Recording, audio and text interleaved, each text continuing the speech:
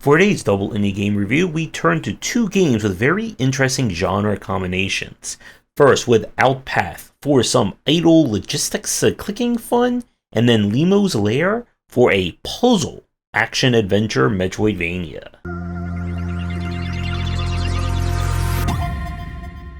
In Outpath, we awaken on a mysterious island with no memory as to how we got here. The only way to solve this mystery is going to be to craft lots and lots of things, punch flowers and trees, and build ever more impressive chains of production. The game itself, again, combines elements of idle and kind of logistics production style gameplay. From your island, you'll start crafting or gathering basic resources, which will then let you craft kind of the unlocking item and then the actual production items. From there, you'll construct more and more and unlock more and more along the way. Now, progression is at the heart of Outpath, definitely keeping with the kind of idle inspirations. You'll unlock new things that you can build from various tables. You'll unlock new equipment and artifacts and things that you'll kind of permanently have on your character from the other various constructors as well. These provide you with a wealth of quality of life updates, such as being able to break things in fewer clicks, holding down the left click instead of having to mash it, and many, many more. Now, progression in terms of the grand structure of the game comes in several forms. As I said, you can unlock new things at the various kind of like upgrade tables. On each island, there's a mysterious structure that will take this resource. That's the credits that you see in the upper left-hand corner. When you pay enough, you'll upgrade and the island chain that you're on will grow bigger. This will let you find these books that act as passive unlocks. They can give you everything from increased credit gain, double jumping, faster movement speed, and many more like that.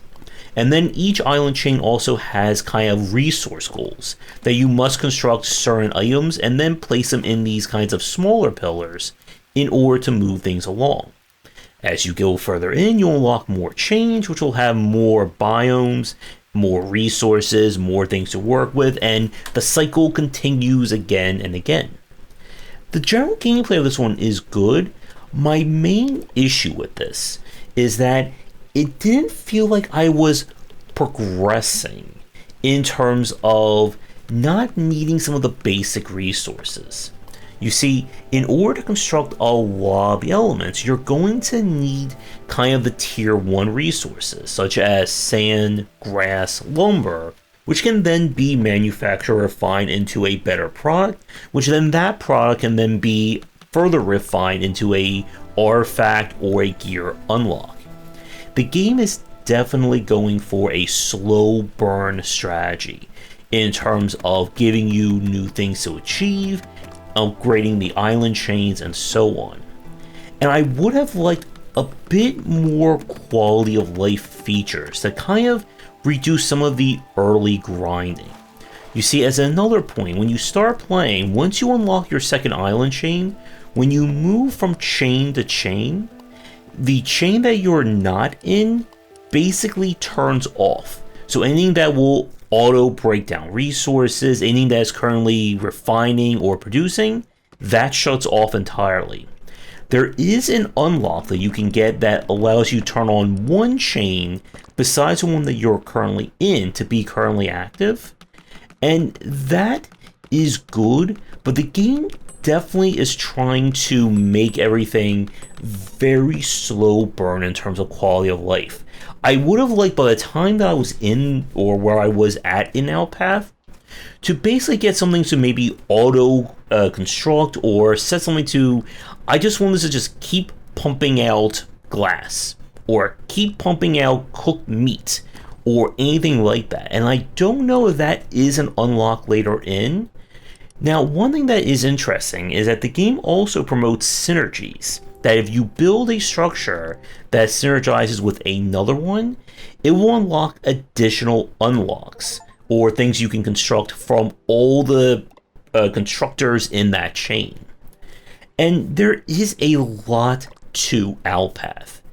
If you're looking for a logistics-focused title, as in your Factorios, your Dyson Spheres, that kind of thing, Outpath doesn't get to that point either at all, or fast enough for my liking to recommend it on that front. But if you're looking for a kind of like idle style game with a bit more meat on the bones to it, then there is certainly something here. And this one, I think, it is going to be one of those titles where you're either going to be all in or all out very quickly in terms of its mechanics. But if you are a fan of this design, then there's going to be lots of clicking, cooking, mining, and more in your future. And now we have Limo's Lair. In this one, we are exploring a strange world, trying to figure out what is going on, as this cute little blob who also apparently has the power of Kirby on his side. The game itself is built around kind of Metroidvania puzzle design. How this works is that you have two kinds of upgrades. There are upgrades that require you to absorb enough enemies or specific copies of an enemy in order to unlock a new way forward or a new power. And then every enemy, when you eat them, you of course use your Kirby ability to gain access to whatever power they have. So the enemy can shoot out a spike, you can shoot out a spike. The enemy can leave like acid or slime trails, you can do that as well.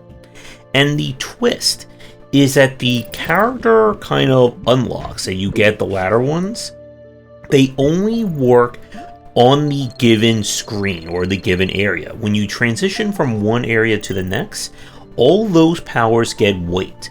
So this allows you to kind of start an area with a clean slate, and it prevents you from obviously trying to sequence break or use the wrong power in the wrong area. Puzzle designs will revolve around you solving both minor puzzles in an area, such as getting to a box, hitting a switch, button, so on, and then using those to kind of get to like the major points in an area, finding important resources, unlocking a new ability, etc, etc. Now, the game could do, I think, a little bit better in terms of the kind of general onboarding at the beginning.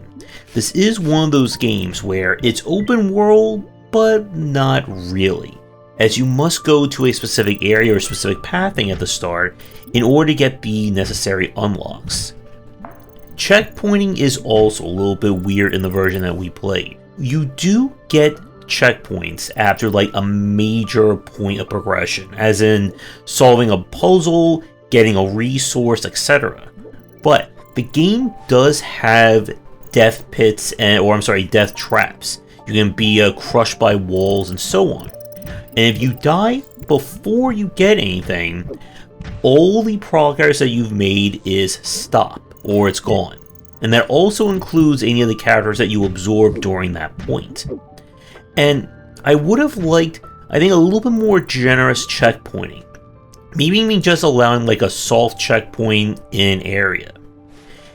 The other issue that I had with Limo's Lair is that there is surprisingly a sense of grinding in it.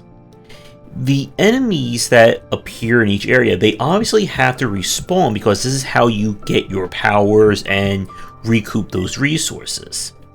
But in order to unlock kind of these special upgrades and the things that allow you to move forward to new areas, you have to grind killing the same style of enemy many times. I think it was like 15 or 20 copies that are needed for an upgrade, and that felt a little over for this kind of gameplay loop.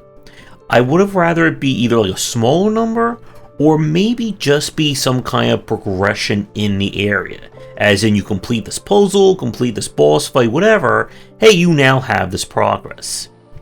With that said, the puzzle design is well done.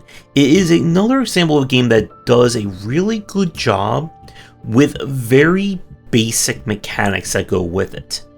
And it's one that I do want to go back to and kind of see where else it goes.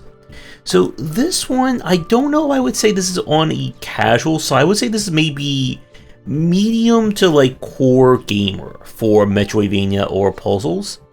But if you do enjoy kind of a more puzzle take on the Metroidvania theme, I would at least give this one a check and see if it works for you. And with that, we're going to wrap up the double review here. Both games were played with press keys provided by the respective developers. And let me tell you your game. For future video and stream, please reach out. That's going to do it for today's video. Thank you so much for watching. Be sure to do the YouTubing stuff people tell you to do. If you're interested in more of my thoughts on design, check out my books wherever they are sold. Visit our Discord and Patreon, and come back for daily discussions on game design here, and on game wisdom, where some of the art and science of games.